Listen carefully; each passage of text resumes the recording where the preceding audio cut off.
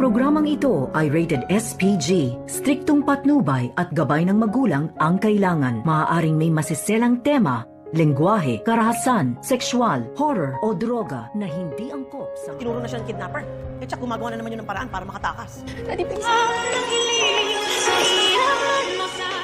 Narito na nga ang ating pakabangan ngayong Lunes sa abot kamay na pangarap. Dito nga na ipinunyag ni Dax sa kanila ni RJ at Giselle na kung sino nga ang kanyang kasabwat sa pagkidnap ni Don Pepe. At dito na sinabi ni Dax na ang asawa nga daw dito ni RJ na si Moira Tanyag. At nagtanong pa ulit itong si Giselle na kung may kasamahan pa ba sila. At dito naman napalihim na tumitingin itong si Dax dito kay Zoe. At dito naman nag-react agad itong si Giselle at sinambunutan agad itong si Zoe.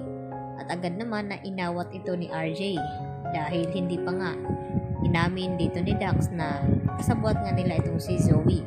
Pinagtakpan ni Dax itong si Zoe dahil sa mayroon nga siyang malaking gusto sa dalaga. Sa kabilang banda, nasabi na nga ngayon ni Dax na may ebidensya nga sila na magpapatunay na itong si Moira ang mastermind sa kidnapping.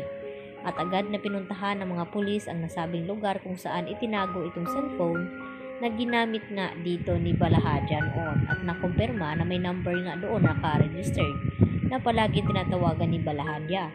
At nang matingnan nila RJ at Giselle ang nasabing number, agad naman na dinayal ni RJ at nakarehistro sa cellphone ni RJ na Moira ang nakalagay doon. Kaya walang duda, si Moira na nga ang mastermind sa pagkidnap sa kanilang papa.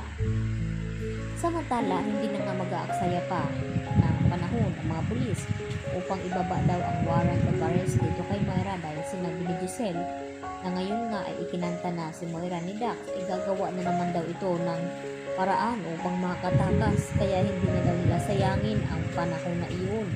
Baka makagawa pa ng plano itong si Moira. At dito naman nakipagkita itong si Zoe sa kanyang ina at binalaan ito na kinakailangan daw ma-dispose ang pera na hawak ni Moira dahil yun ang magpapatunay na siya nga ang mastermind sa kidnapping.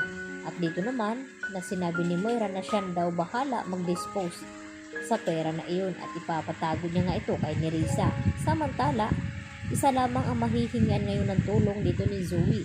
Kaya agad na nakipagkita itong si Zoe dito kay Don Carlos Benitez at nagmamakawa na sana raw ay tulungan itong kanyang ina na makatakas upang hindi makulong dahil kapag nakulong daw itong si Moira ay sigurado na makukulong din daw itong si Zoe. At dito naman ay pinangako ni Carlos kay Zoe na huwag daw itong mag-alala dahil tutulungan nga ni Carlos na makatakas itong si Moira.